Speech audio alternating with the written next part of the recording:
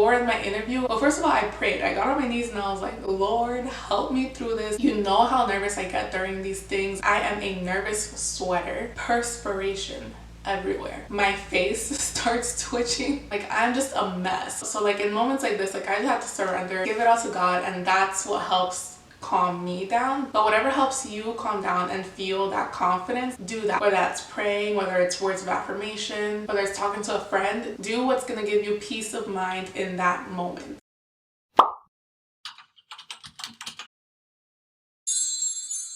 Hey guys, it's Crystal and welcome back to my channel. If you're a new subscriber or have been subscribed to me since my first video, I just want to give a quick thank you. It means so much to me. I'm so grateful for each and every one of you. And if you've been watching my videos and you haven't subscribed yet, then what are you waiting for? It is free $99. Buttons right down there. So if you haven't subscribed to my channel already, then make sure to subscribe. I upload videos every Thursday. So yeah, join the family. But let's get on with the video. Today I'm going to be talking about the grad school interview, or the OT school interview. Like I mentioned before, I applied to 4 OT programs, got rejected from one. When I got invited to interview for one of the OT programs that I applied to, I was sweating because I didn't know the questions that were going to be asked. And to me, like, that's the scariest part of an interview, like not knowing what to expect, like just going in there blind. So I'm going to spill the OT, okay? I'm not going to mention the name of the program that I got these questions from, just because I don't know if like that's allowed. Or not that it's allowed, like I don't know if I'd get in trouble for, I don't know. Just in case, I'm not going to name the school. But like rest assured that most OT programs will have these questions, like guaranteed. I remember my interview days so vividly because I was so nervous, you guys. At this point, I've only gotten a rejection letter from programs. Like I haven't heard back from anywhere else, and I was just going through it because OT was something that I've been knowing that I wanted to do since I was like 12, and it's something that I've been preparing for all throughout high school, all throughout college. So after getting a rejection and then getting an interview from a program, like there was a lot riding in this. Like I was not okay. Since I had gotten that rejection, like my thought process just went like, oh, like I already got this rejection from this program, and my application that I sent to all the other programs is exactly the same as the first program. So if this program rejected me, then all the programs are gonna reject me. And that's just where my mind was at this point. So I remember my interview day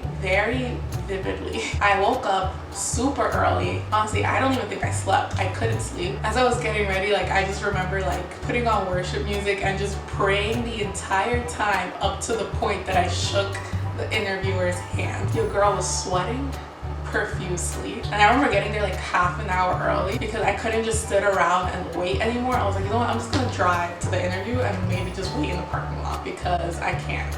I remember walking in to the office and asking for the person who was going to interview me, and the lady at the front desk was like, oh yeah, she's in that office right there. So I go to the office like kind of ready to put on my smile and like say hi, and she's like, oh wait, this is my lunchtime, can you just like wait over there for a second? And I was just like, yeah, I can do that. So I sit out and wait, and my mind just goes out into a spiral, you guys. I'm sitting there thinking like, oh my gosh, I just interrupted this lady's lunch. She hates me. Lunch is a very sacred time in your workplace. Like that is for quality time, that is for me time. And I just walked in and I interrupted it. Like I was going 100 miles an hour in my brain, and as this was happening, like I just kept sweating. And like the more I waited for her to finish her lunch, the more nervous I was getting.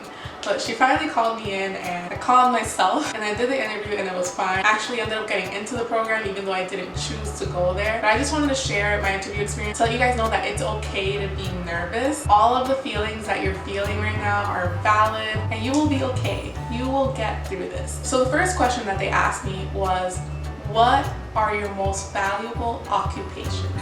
Okay. And this is kind of like a tricky question because with this question, they basically just want to know if you know what the word occupation means in the context of occupational therapy. Because a simpler way that this question could have been asked is like, what are your hobbies, or what is most meaningful to you? But no, they say, what are your most meaningful occupations? So already at the first question, I was just like, oh, So that's how it's gonna go, huh? I basically broke down the question to her just to make sure I was getting at what she was looking for. I was just like, well, I know that occupations in OT needs meaningful activities, so the meaningful activities are important to me are yada yada yada. The next question that she asked was, what is OT? Now this is a question that I 100% guarantee that you will get in any interview that you go to for OT school. Because if you're applying to an OT school and you don't know what OT is, honey, what is you doing? So with this question, programs just want to make sure that you know what you're getting yourself into, because I know that there's a lot of people that OT school isn't their first option. Like there's some people that have it as a backup to like med school or nursing or PT,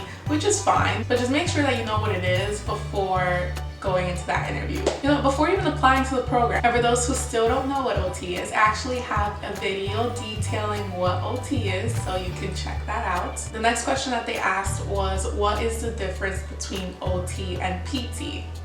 Which I also have another video. So if you don't know the difference between OT and PT, you can check that out too. The next question I was asked was, how were your fieldwork experiences and what did you learn in these experiences? So with this question, you want to be ready to draw a specific experience or a specific situation that happened in this fieldwork and then just expand upon it. One thing that I learned about interviewing is that when you answer a question, you kind of want to answer each question with a story or an experience or something that's personal to you, because ultimately the interview, like aside from asking you all of these questions, the ultimate reason that you're being interviewed is for them to get to know you a little better. Because for example, like the fieldwork experience questions, she knew all of my fieldwork experiences, like they were on my application, they were on my resume. So the interview is just your opportunity to expand upon that and just add your personality to what was already in your application. The next question I was asked was, why do you want to be in OT? And this one I think is like the end all be all question. Like this is the one that you need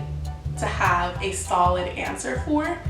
Because if your answer is, oh, it's just my backup for nursing school, or oh, because I really like it and I want to help people, that's not going to be enough, because you can help people literally through any profession. So you need to tell them why specifically OT, like what about the profession drew you to that? Is there an emotional experience that connects you to the profession? Things like that, not just I want to do OT because I want to help people. The next question was, why do you want to come to this school? Now, this is where you need to be prepared beforehand and really do your research on the school, because most of these programs have a limited amount of seats. That program specifically that I applied to only had 30 seats. So they want to make sure that they're filling those 30 seats with people who actually want to be a part of that program. So do your research on the school, make sure you know what sets them apart from other programs. The next question, I don't remember specifically how it was worded or how it was asked, but I do remember them asking something about dealing with conflict, like somewhere along the lines like, how do you deal with conflict, or like in a situation where blah blah blah, like how would you deal with this? And with these type of questions, they basically just want to know like how you would problem solve. In OT school, you do a lot of group work, and as an OT in the real world, it's very interdisciplinary, especially if you're working at a hospital, you're working with the PTs, the doctors. So with this, they just want to know how you work well with others and if you can handle conflict well. The next question I was asked was, what is your biggest accomplishment? Now, this question you can answer in a lot of different ways, but I feel like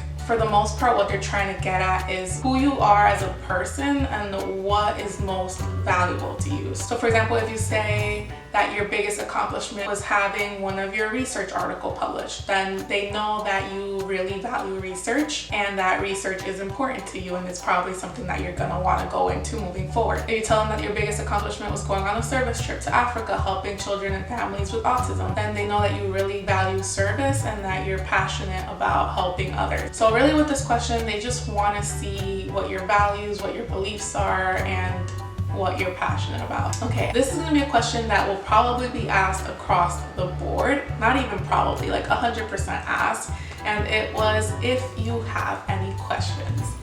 Now, even if you don't have any questions, you want to have questions, and this is where part of the preparation comes in. Before going into your interview, you want to have at least 2 to 3 good questions to ask your interviewer, whether it be about the program or just things that you're concerned about. Because when you're interviewing for these programs, it's not just them seeing if you're a good fit for their program. You also want to make sure that the program that you're going to is a good fit for you, because you're going to be there for 2 years, and if the program doesn't really align with your goals, then it just might not be a good fit. And I say this because there's a lot of OT programs that focus on different things. For example, like my program is very heavy on mental health. So if that's not the path that you want to take, and that's not something that you're interested in exploring, then you probably wouldn't want to choose that program. And not to say that my program doesn't focus on every area. We do. We get a full picture of like every area of OT, but the first year we're very mental health focused, which I actually feel like helped a lot, because in this profession you're not just dealing with someone who has an injury, you're dealing with a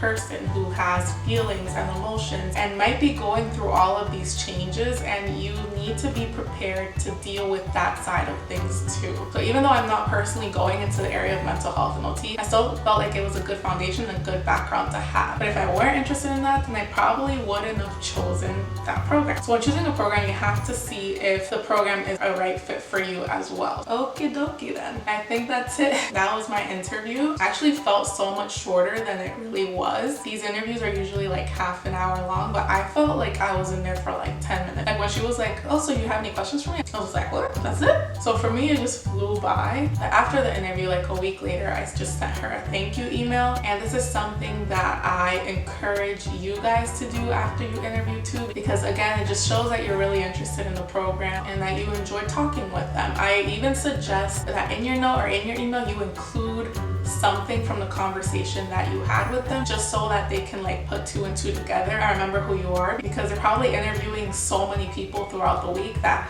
you know, you can kind of get lost in the crowd. So reminding them of like something that you talked about during the thank you email, just be like, oh yeah, wait, I do remember her. So just keep that in mind. And yeah, I hope this video was helpful. I hope you're ready to kill that interview. If you have any more questions, feel free to reach out to me. I'm on Instagram. You can send me a message. The information is down below, or you can just leave a comment in this video and I'll be happy to get back to you. If you found this video helpful, don't forget to like and subscribe for new videos every Thursday.